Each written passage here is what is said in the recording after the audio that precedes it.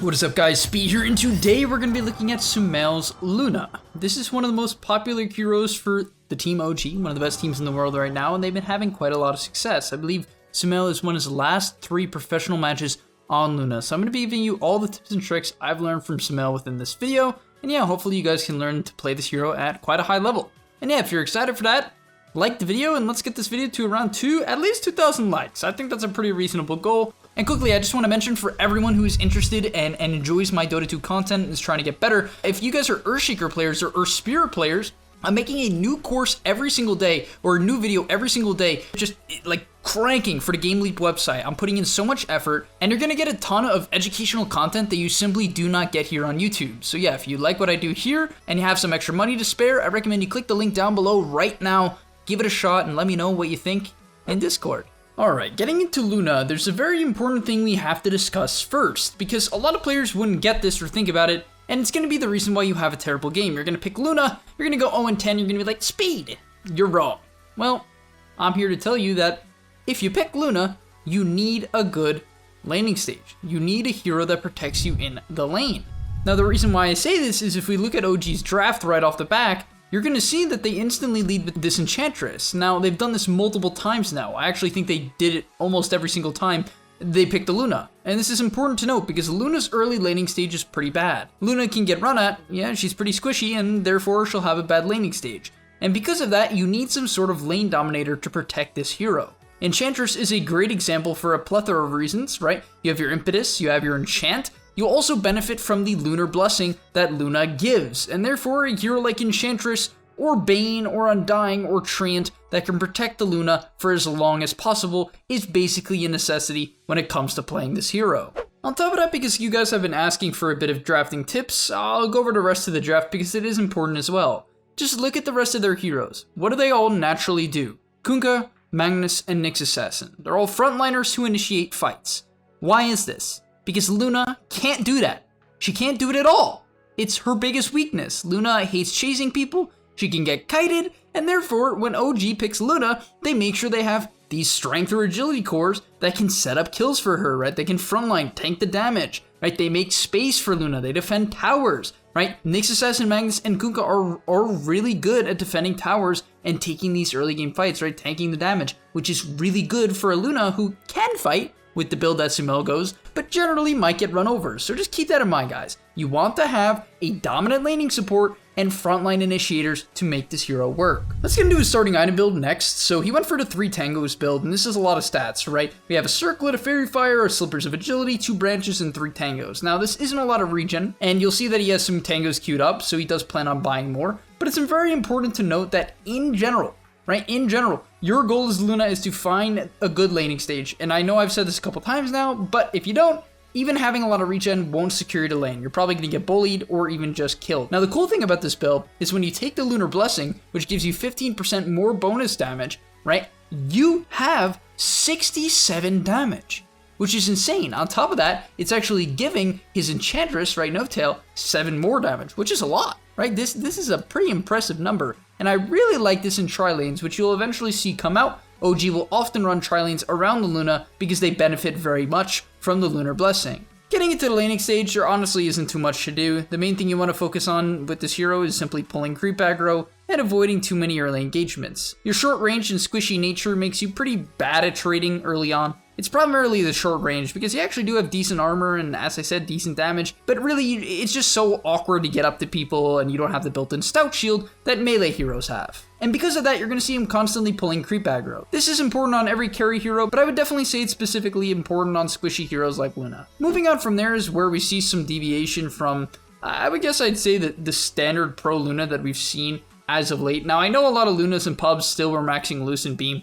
This is not something revolutionary, right? This is not a new build that no one's seen before. Maxing the beam, which is what SUMAIL will be doing, is not new, but that is what he goes for. And a lot of Lunas, if you guys have been watching, I don't know, the pro scene for the last like half year, have been going like Mask of Madness, even though the hero's been wildly unpopular. It's been like a Mask of Madness and Glaives build where you're just really focused on farming. But SUMAIL is much more of a balanced version, which we're going to see throughout the video. So the next thing I want to note about Luna is basically don't buy boots. You actually want to rush a wand, a wraith band, and the crown. Sometimes you can buy the headdress, from the Helmet of the Dominator that you'll be rushing. And yes, it's the first item that you'll be rushing. I mentioned this in an old video where I talked about item builds, and I actually think this build is proving to be very legitimate, where you rush a Helmet of the Dominator, you take over a creep, it keeps you safe, and protects you, as well as gives your team an insane damage buff. But yeah, let's just get back into the topic about items. So now he has a ton of stats, and basically SUMAIL is banking or compensating with the no boots purely off the fact that Luna has a lot of movement speed. You have 325, right? You're one of the highest movement speed heroes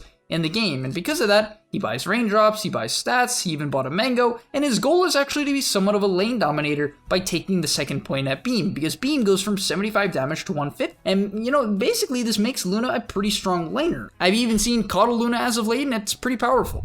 In the next clip here, we're going to see basically how you kill people as Luna. So he drops all of his stats and eats the mango to get maximum efficiency out of the mana regen, and then yeah, he's going to start spamming the Luna beam on the Pugna.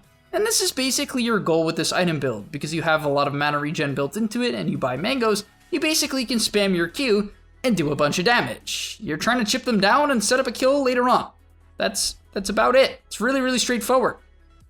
Like, there's nothing more straightforward than just casting beam basically off cooldown. He's not even doing it for a specific purpose, seemingly. It's basically just like, okay, yeah, I have some mana, I'll beam him.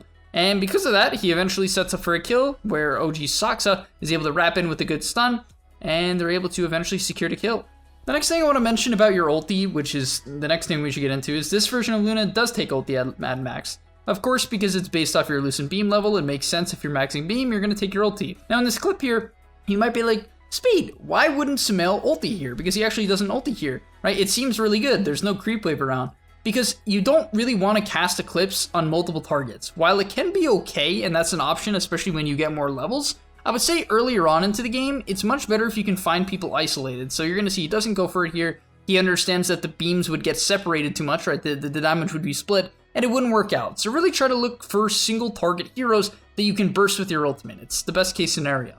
One thing I want to note about the Helmet of Dominator is you really can take any creep in the early game, and keep this in mind, guys, because I know you might be thinking, or if you've already seen this build, Speed, isn't the goal of Luna Helmet of Dominator to take over the Alpha Wolf and have like 50% bonus damage, if not more, because you get, 30% with Max Lunar Blessing, you get 20% from Helmet of Dominator and 30% from the Wolf. It's pretty insane. But in the early game, just dominate a creep. It's very important that you're amping your farm to the best of your ability. He's even going to be using Lucent Beam to kill certain creeps, and that's cool.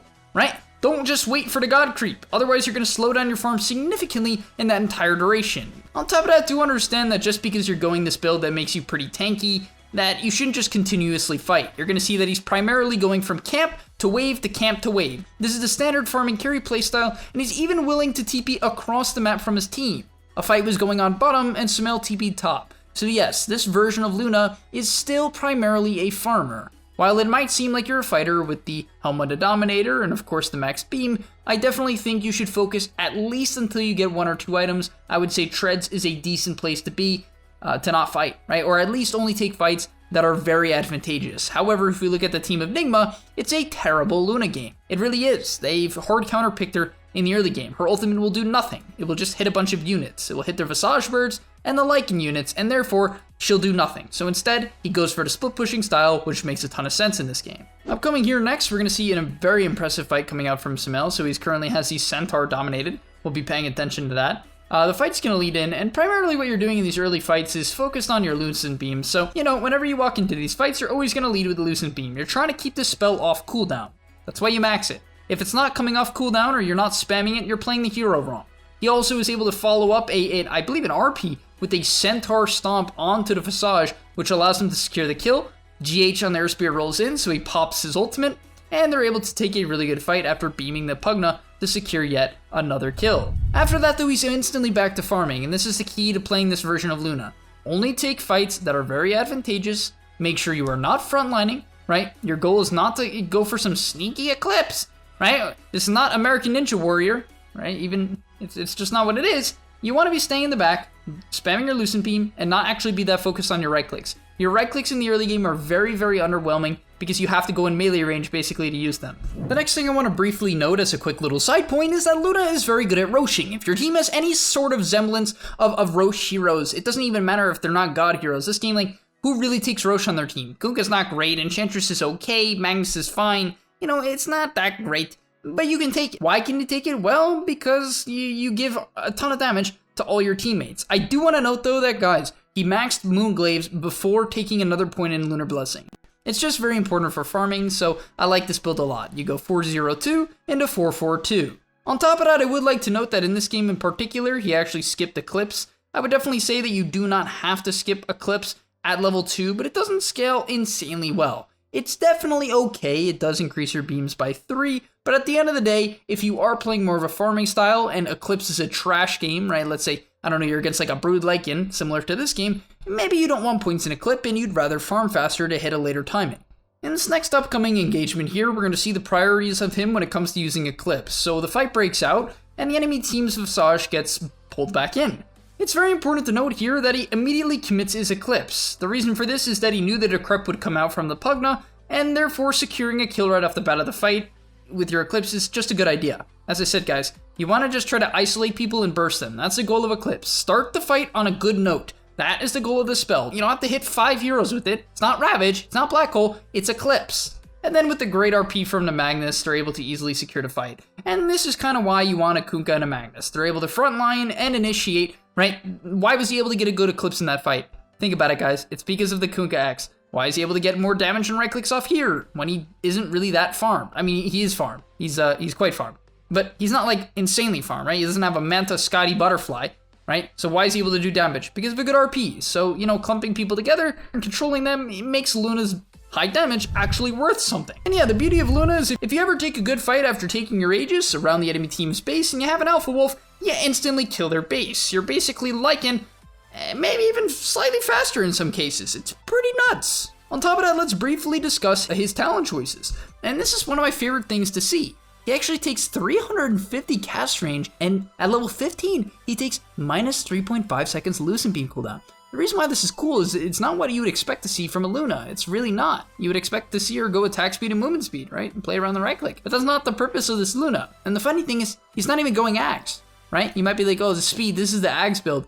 Apparently, SUMAIL thinks that you want to go at balance. And the reason why I like this is it really allows you to just kill squishy intelligence cores from very far away and have impact even if you're getting kited, right? This brings Lucent Beam all the way down to a 2.5 second cooldown, and considering it's a mini stun, it's pretty strong. I really like this build, and I think it's something we all should try. In this upcoming clip, we're also going to see pretty good usage of the Lucent Beam, as it actually kind of allows you to track down people. So he finds Kuroki in the jungle here, and funny enough, as long as you do some good attack moving, Lucent Beam can no joke help you close the gap for right clicks, which is somewhat comical, as one of Luna's biggest issues is purely the fact that she can't really track people down that well, right? You're not a PA with Blink Strike or a Juggernaut with Omni Slash, right? You kind of just have to mosey on around. And with this Lucent Beam talents, it's not that hard. You actually can kind of keep people close to you. Upcoming here, we're going to see a beautifully played team fight, and then we'll move towards the end of the game. So right off the bat here, he's going to be walking in, and you're going to see he doesn't want to fight the Visage. Luna doesn't like units. Just keep that in mind, guys. Just try not to fight units. However, what you will note is that he has no problem actually kiting the enemy team with this Manta build. He also baits a fantastic RP for Seb, which catches all the units and allows him to do a fair amount of damage.